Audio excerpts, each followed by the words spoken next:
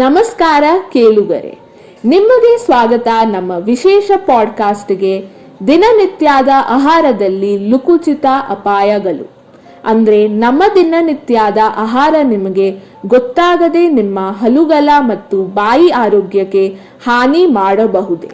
ಇವತ್ತು ಈ ವಿಷಯದ ಬಗ್ಗೆ ತಿಳಿಯೋಣ. ನಾನು ನಿಮ್ಮ ಆತಿಥ್ಯ ರಿಯಾ. ನೀವು ಕೇಳುತ್ತಾ ಇದ್ದೀವಿ ದಿನನಿತ್ಯದ ಆಹಾರದಲ್ಲಿ ಲುಕುಚಿತ ಅಪಾಯಗಳು. ಈ ಸಂದರ್ಭದಲ್ಲಿ ನಾವು ಹಲ್ಲುಗಳು ಮತ್ತು ಬಾಯಿ ಆರೋಗ್ಯಕ್ಕೆ ಹಾನಿ ಮಾಡುತ್ತಿರುವ, ಆದರೆ ನಾವು ಲಕ್ಷ್ಯ ಮಾಡದೆ ತಿಂದು ಸೋತಿರುವ ಆಹಾರಗಳು ಬಗ್ಗೆ ಚರ್ಚಿಸೋಣ. ಕೇಳುವವು ನಮಗೆ ಗೊತ್ತಿರುವುದಿಲ್ಲ, ಇವತ್ತು ನಾನು ಏನು ತಪ್ಪು ಆಹಾರ ತಿಂದೇನು ಅಂತ ನಮಗೆ ಅನಿಸುತ್ತೆ.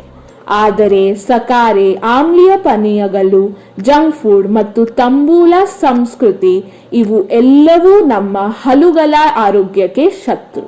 ಆಮೇಲೆ ನಿಮಗೆ ನಿಮ್ಮ ಹಲ್ಲುಗಳ ರಕ್ಷಣೆಗೆ ಉಳಿದು ಏನು ಮಾಡಬೇಕು, ಯಾವ ಆಹಾರಗಳು ತಪ್ಪು, ಇವೆಲ್ಲ ವಿಷಯಗಳು ನಮ್ಮ ದಿನನಿತ್ಯದ ಜೀವನದಲ್ಲಿ ಎಷ್ಟು ಮುಖ್ಯವಾಗಿ ಪ್ರಭಾವ ಬೀರುತ್ತೆ. ಇವತ್ತು ಈ ಪ್ರಶ್ನೆಗಳಿಗೆ ಉತ್ತರ ಸಿಗುತ್ತೆ. ಸಕ್ಕರೆ ಮಧುರ ಮೌನ ಹಂತಕ. ನಮ್ಮ ದಿನಚರಿಯಲ್ಲಿ ಸಕ್ಕರೆ ಹೆಚ್ಚು ಆಗಿದೆ. Morning coffee, tea, cold drinks, chocolates, ice cream, jam, bread ಇವೆಲ್ಲವೂ ಸಕ್ಕರೆಯಿಂದ ತುಂಬಾ ಕಡಿಯುತ್ತವೆ. ಆದ್ರೆ ನೀವು ಗೊತ್ತಿದ್ದೀರಾ, ಈ ಸಕ್ಕರೆ ನಮ್ಮ ಹಲ್ಲುಗಳಿಗೆ ದೊಡ್ಡದಾನೇ ಶತ್ರು. ಹೇಗಿತ್ತು? ಬಾಯಿಯಲ್ಲಿ ಇರುವ ಬ್ಯಾಕ್ಟೀರಿಯಾ ಸಕ್ಕರೆಯನ್ನು ಆಮ್ಲಗೆ ಪರಿವರ್ತಿಸುತ್ತದೆ. ಈ ಆಮ್ಲ ಹಲ್ಲುಗಳ ಮೇಲೆ ಇರುವ ಎನಾಮೆಲ್ ಅನ್ನು ಕರಗಿಸುತ್ತದೆ. ಇದು ಹಲ್ಲು ಕೊಳೆಯ ಮುಖ್ಯ ಕಾರಣ. ನಿಮಗೆ ಗೊತ್ತಿದ್ಯಾ, ಸಕ್ಕರೆ ಹೆಚ್ಚಿದೆ ಅಂದ್ರೆ ಬ್ಯಾಕ್ಟೀರಿಯಾಗೆ ಉತ್ಸವ. ಹುಲ್ಲು ಮೇಲೆ ಆಮ್ಲದ ಆಕರ್ಷಣೆ ಹೆಚ್ಚು. ಏನು ಮಾಡಬೇಕು? ಸಕ್ಕರೆಯ ಪ್ರಮಾಣ ಕಡಿಮೆ ಮಾಡಿ.